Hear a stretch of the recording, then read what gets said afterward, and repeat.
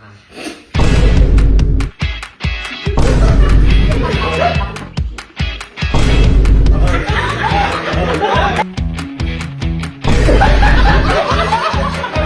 ngayong araw po ay maglalaro kami ng Galaw Mo!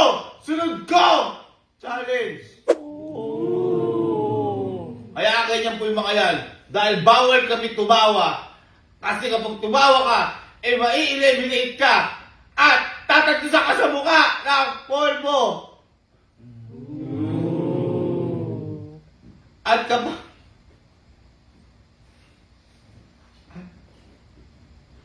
kapag ikaw ang natira, mananalo ka ng 3,000 pesos! Lakas pa may premyo.